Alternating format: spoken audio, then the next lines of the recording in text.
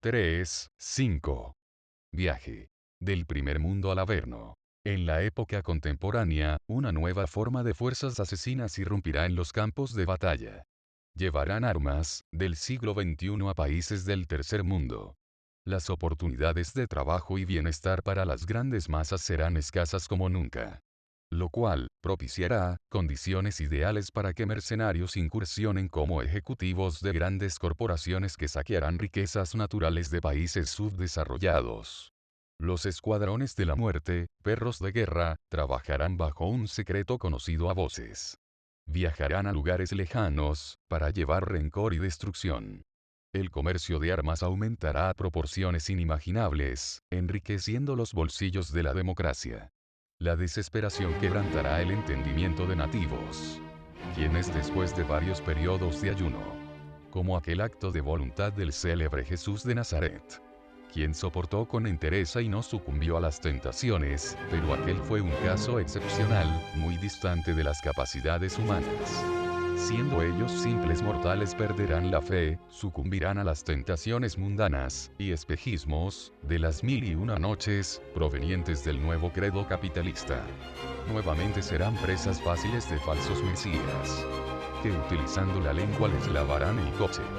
Los convencerán de tomar las armas, pero se ahogarán en Blackwater. En español Agua Negra. Una empresa americana, famosa por rentar mercenarios para los conflictos de Medio Oriente. La garra símbolo de la libertad y la democracia. Solo hay muertos allá arriba. Sí, ay. Fusión de negocios y patriotismo llevará, a la tumba, a miles de personas inocentes, así como indígenas ingenuos, deslumbrados por el sueño de riquezas, que les permitan adquirir artilugios innecesarios, pero suficientes, para sentirse importantes en una sociedad que desprecia a los que menos tienen, y ensalza a los ricos y poderosos. Es así que corrí en 288 cuando todavía estaba vigente la frase, a ver, gánale al PRI. Después del terremoto que en 1982 derrumbara el sistema financiero mexicano, y de que en 1987 tuviera lugar el segundo desplome histórico de la bolsa de valores a nivel global. Las esperanzas de los mexicanos por salir del hoyo habían fenecido. La frágil condición humana es susceptible a variables como el hambre y la sed.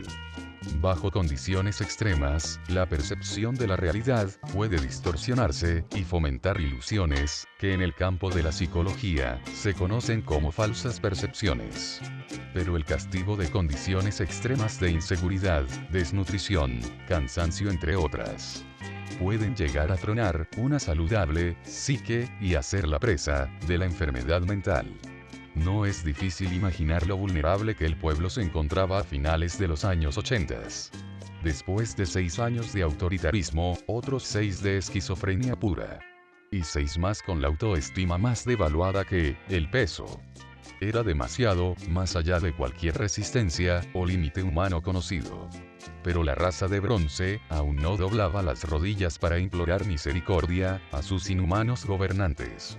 Mas sin embargo, las condiciones, para que hiciera su acto, el más grande ilusionista, de todos los tiempos, estaban dadas. Al final del camino, en medio de un desértico paisaje creado, por la codiciosa clase política, que literalmente arrasó con todo lo que algún valor tenía, apareció un oasis de esperanza y prosperidad. Pero ¿cómo es esto posible? El rostro de México se había transformado en 3 años más que el de Michael Jackson. Mexicanos, bienvenidos al primer mundo. Exclamó el hombre que había destronado al mago Merlín. Truculento. Traído más felicidad que los 3 Reyes Magos y Santa Claus juntos. En su primer acto. Chazán. ¡Sas! Que le quita 3 ceros al peso. Y los mexicanos.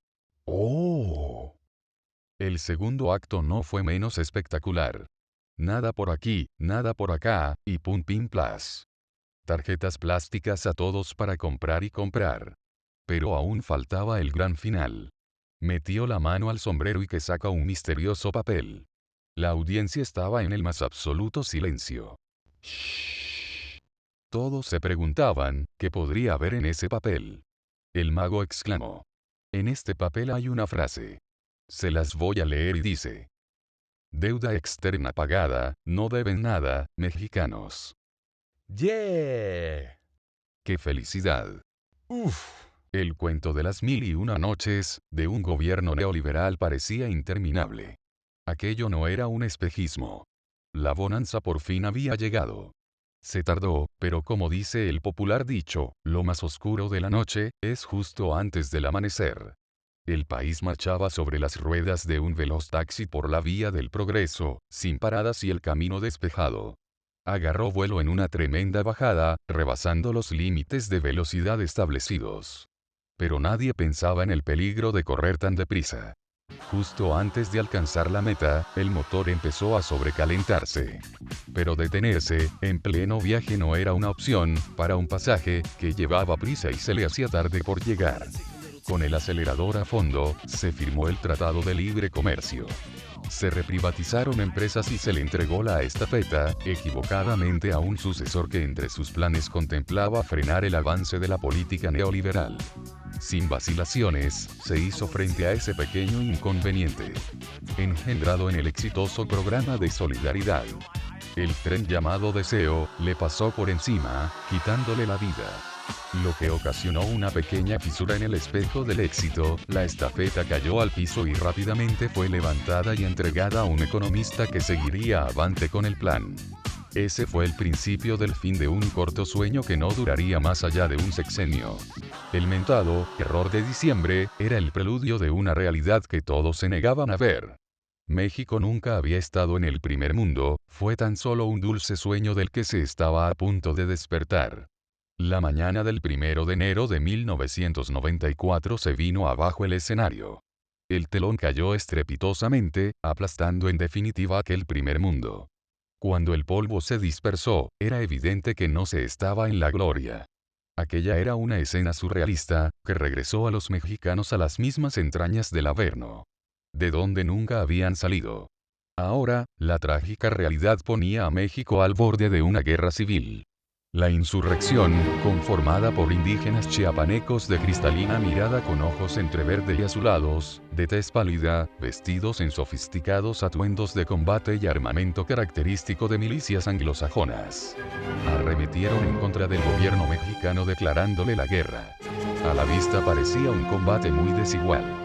Pero las apariencias lograron engañar a la prensa y a la opinión pública. No es posible. No era un improvisado grupo de campesinos, revoltosos que bajo el influjo del tepache, tomaron la escoba o el trapeador de su casa, y salieron a reclamar justicia. El ejército mexicano se topó, no con la María vende papas de los cruceros, o con los danzantes del centro histórico. Este movimiento era de comandos élite, bien entrenados y encabezados por el subcomandante Marcos. La versión indígena de John Rambo. Algunas personas afirman que la insurrección fue orquestada por la CIA, con la colaboración, desde luego, extraoficial del gobierno mexicano.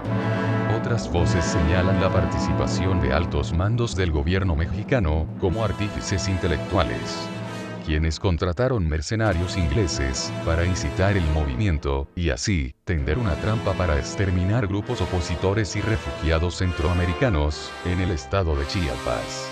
Los mercenarios a lo largo de la historia moderna han tenido una participación activa en movimientos armados.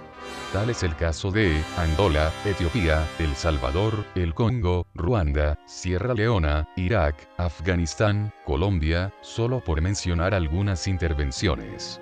De nuevo, los mexicanos estaban en el ojo del huracán, que se llevó con fuertes vientos un endeble castillo de naipes.